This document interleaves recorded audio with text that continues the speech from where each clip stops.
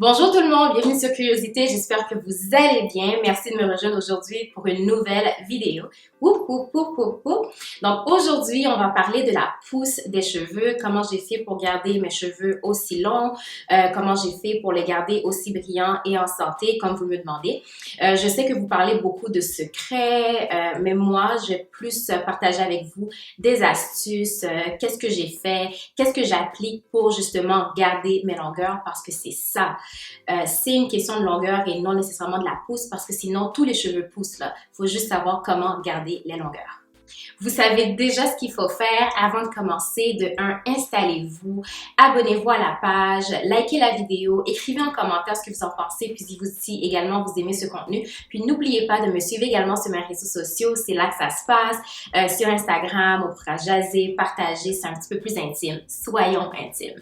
Donc, on va commencer tout de suite. Je vais commencer plus ou moins par étapes pour expliquer et pourquoi je fais la vidéo également et qu'est-ce que je fais de façon générale, mais ça va se faire par étapes pour que vous puissiez mieux comprendre puis appliquer. Puis tout au long de la vidéo, je vais faire également des références à des vidéos déjà faites pour que vous puissiez avoir un guide pour mieux vous situer puis mieux comprendre ce que je veux dire. Donc, on commence tout de suite. Rapidement, ce que je vais faire, c'est vous parler un peu de mon histoire avec mes cheveux. Si vous avez suivi ma vidéo sur mon histoire, comment justement j'ai fait mon retour au naturel, vous êtes déjà au courant que j'ai commencé ma transition en décembre 2016 et j'ai coupé mes cheveux 10 mois après, donc en octobre 2017.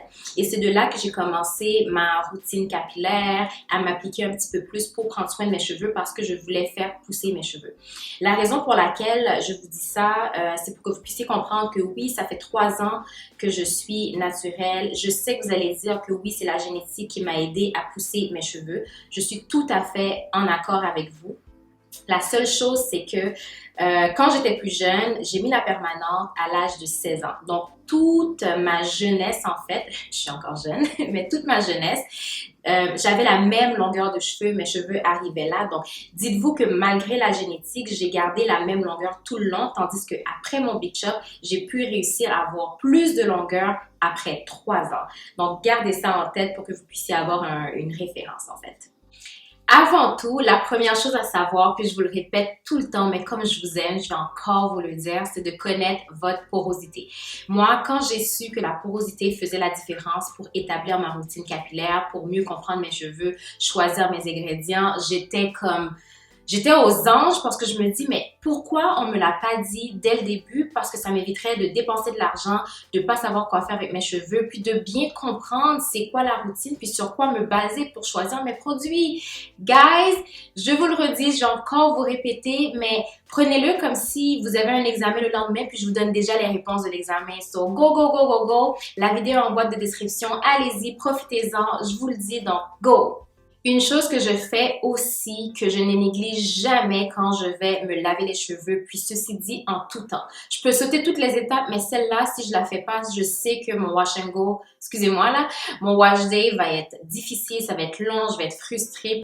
Il faut toujours que je fasse un pre-poo. Vous devriez vous dire, ben oui, mais un pre-poo, ça prend trop de temps, je veux pas, ça me tente pas, mais quand je prends mon temps de démêler mes cheveux avant de passer au shampoing, que je défais les nœuds, que j'utilise un produit qui me donne assez de, comment je peux dire, mes doigts passent facilement dans mes cheveux pour défaire les nœuds, bien les traiter, ça rend le lavage des cheveux beaucoup plus simple parce que après le shampoing, je pourrais facilement appliquer mon masque hydratant ou protéiné. Puis après ça, c'est fini. Je trouve que c'est là que le gros travail est fait. Donc, ne négligez pas le pre-poo. Moi, je ne le néglige pas, puis je sais que c'est une étape que je ne peux pas m'en défaire, en fait. Donc, allez-y. Il y a également une vidéo qui explique comment je fais le pre-poo. Je vous donne tous les tips, là. C'est sûr que je les applique pour moi, mais je les partage avec vous parce que je sais ce que c'est de prendre soin de ses cheveux, puis de vouloir garder ses longueurs. Là, maintenant, vous avez une idée, justement, qu'il faut connaître votre porosité, se démêler les cheveux, justement, avant de passer au shampoing. Pour moi, un élément clé, c'est d'avoir le cuir chevelu propre. Je ne fais rien si mes cheveux ne sont pas propres. Vous le savez, je l'ai également dit dans la vidéo où je parle de mes produits chouchous, que j'ai le cuir chevelu sensible et littéralement snob. Donc, c'est ça. Donc, quand je garde le cuir chevelu propre, le travail est déjà fait, ça fonctionne bien. Ça fait de la place justement pour avoir les cheveux en santé, favoriser la pousse, puis justement travailler autre chose, éviter les pellicules ou d'autres éléments qui pourraient justement troubler la pousse des cheveux. Donc moi, toutes les semaines, je me lave les cheveux sans exception. Ça peut arriver que je saute une semaine ou deux, là, ça arrive, on est humain.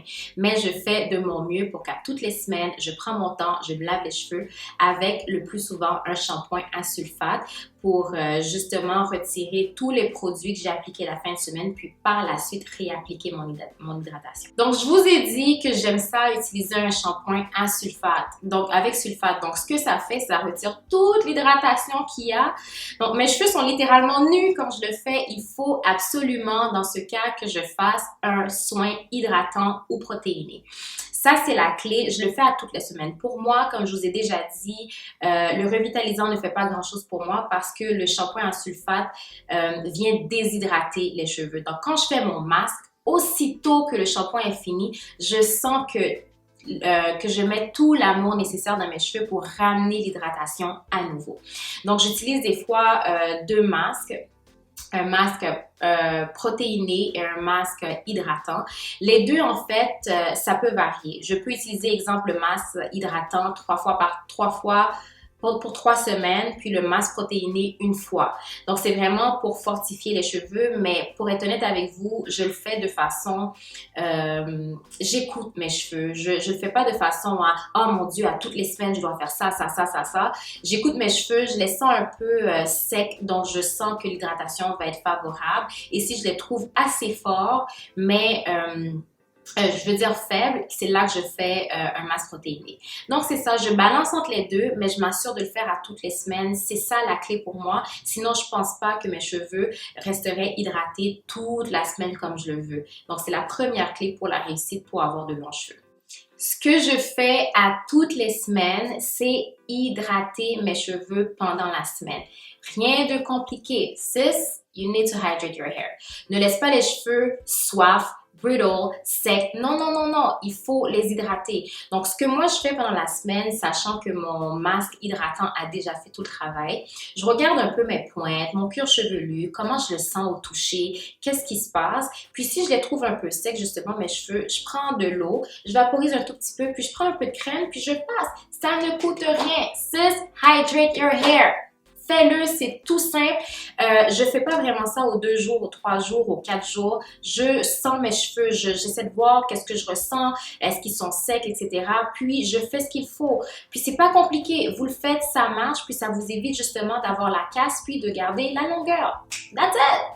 Et c'est là que ça m'amène aux coiffures protectrices ou aux coiffures qui ne demandent pas trop de manipulation. Si vous me suivez sur les réseaux sociaux, surtout Instagram, vous savez que je suis la queen des twists. Je vis, je dors, je mange, je marche, je vis dans les twists. Twist 24/7, c'est la vie, c'est la vie. J'adore faire des twists. Pourquoi? Je vis à Montréal, puis le plus souvent en hiver, de façon générale, il fait au moins 40 là. Donc, ça ne me tente pas d'avoir mes cheveux à l'air, exposés à l'environnement, exposés à la température, etc. Donc, quand je fais mes twists, ça me permet d'avoir accès à mon cuir chevelu, donc je peux savoir ce qui se passe. Puis, mes pointes, je peux voir si mes pointes sont hydratées ou non. Donc, pour moi, ce qui fonctionne, c'est les coiffures protectrices. Les coiffures à low manipulation, comme les coiffures qui nous permettent de moins manipuler les cheveux, ça fonctionne moins pour moi parce que ça me demande quand même d'avoir les cheveux exposés, ce que j'aime moins. Donc, ce que je fais, je lave mes cheveux le plus souvent le dimanche. Je fais des twists ou 2 nappes et je les garde toute la semaine, puis la fin de semaine le plus souvent, ou sinon si je filme une vidéo pour vous, je peux changer, je les défais. Mais pendant toute la semaine, j'ai pas à brosser, je n'ai pas à démêler, je n'ai pas à toucher mes cheveux. C'est là, dans une couette, c'est simple, puis je commence tranquillement à m'habituer à cette coiffure-là.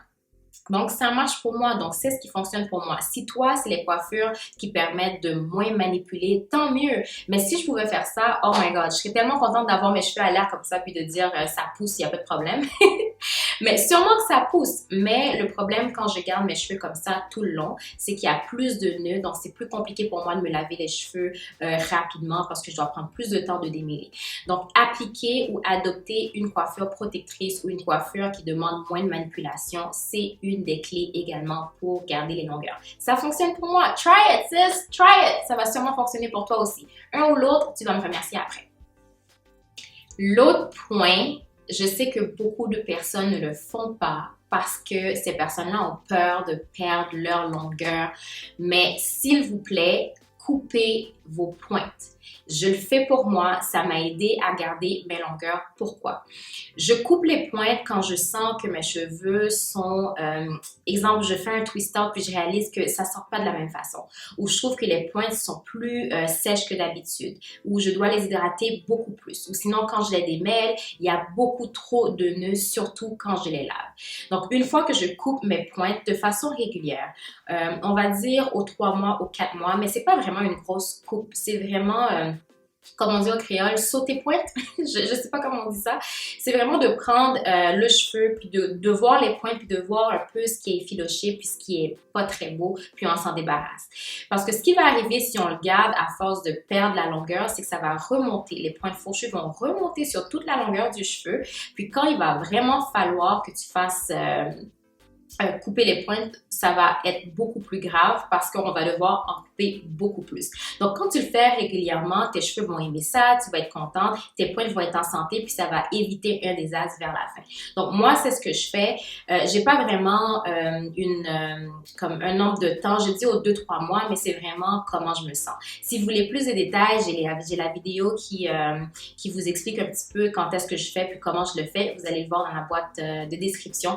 Allez faire un petit tour, vous aurez vos réponses, mais je vous suggère fortement de couper les pointes de temps en temps. Vous laissez un petit bout partir, puis ça va pousser encore plus. Sinon, si vous le gardez, vous allez encore perdre encore plus. Donc, c'est pas bon. Coupez vos pointes. Très important. Et un des points super importants que je fais tout le temps également, c'est de mettre un foulard en soie ou un tête d'oreiller en soie. Donc, moi, là, je dors mal. Je l'avoue, je suis toute croche dans mon lit.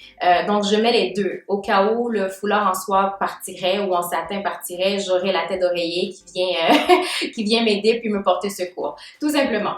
Donc, pourquoi je le fais? C'est sûr qu'avant, je pourrais me dire, ben non, c'est pas nécessaire et tout. C'est parce que par expérience, quand j'étais plus jeune ou justement avant ma transition, je mettais souvent des foulards en coton puis je réalisais que mes tempes étaient un peu dégarnies et puis également mes cheveux étaient beaucoup plus secs que maintenant. Moi, mon but quand j'applique certaines astuces, c'est justement de me faciliter la vie. Donc, je mets mon foulard en soie et ma tête d'oreiller en soie. Et je vous invite également à le faire. Ça va être beaucoup, beaucoup plus simple. Puis, je trouve que vu que c'est positif, c'est un élément de plus à ajouter qui pourrait également vous faciliter la vie. So, why not? Go ahead, puis allez prendre votre foulard en soie ou votre tête d'oreiller en soie. C'est simple. Alors, de façon générale, ce que je veux vous dire, c'est que pour moi, j'ai appliqué ces astuces-là pour garder ma longueur. Je trouve que c'est sûr, on parle de génétique, mais dans ma tête, c'est aide-toi et le ciel t'aidera. Parce que si je ne fais pas ça, je vais finir à avoir des nœuds. Je l'ai déjà essayé. Je vais avoir beaucoup plus de casse. Mes cheveux vont être beaucoup moins... hydraté. Donc, ce sont ces petites choses que j'applique dans ma routine, surtout pour connaître votre porosité, avoir une routine simple et appliquer ces astuces-là, ça va faire toute la différence. Vous allez voir. Oui, ça demande un petit peu de temps, dépendamment de mes astuces, comme vous voyez le pre-poo, mais comme je vous dis, ça aide, ça facilite. Donc, pour vous aussi, peut-être que ça va vous aider. Donc, ce que je vous suggère, c'est vraiment de prendre en considération ce que je dis. Prenez-le en considération, puis par la suite, expérimentez avec ce que vous voulez faire, puis peut-être ce que moi je fais. Vous avez le droit aussi d'avoir votre propre routine et votre propre façon de faire, mais de façon générale, vu que c'est des points positifs, pourquoi ne pas les appliquer et de voir si ça marche pour vous? Pour moi, ça a marché. hair is there! Donc, j'espère que pour vous aussi, ça va fonctionner parce que j'aime savoir des femmes avec leur routine capillaire, puis ça fonctionne, qu'elles sont en amour avec leurs cheveux. Donc, j'aimerais que ça fonctionne pour vous aussi. Donc, si vous comptez les essayer, laissez-moi savoir en commentaire. Si vous voulez faire un suivi ou peut-être avoir plus de détails, on se rend sur Instagram. Mais sinon, partagez la vidéo, parlez-en à d'autres personnes. Donc, j'espère que vous avez apprécié ces astuces. C'est ce que moi, j'applique et j'aimerais que vous appliquiez aussi. Donc, mettez un petit thumbs up, écrivez en commentaire, partagez et on se reverra une prochaine fois pour une nouvelle vidéo. Bye! Moi, je vous fais le gros bisou d'amour.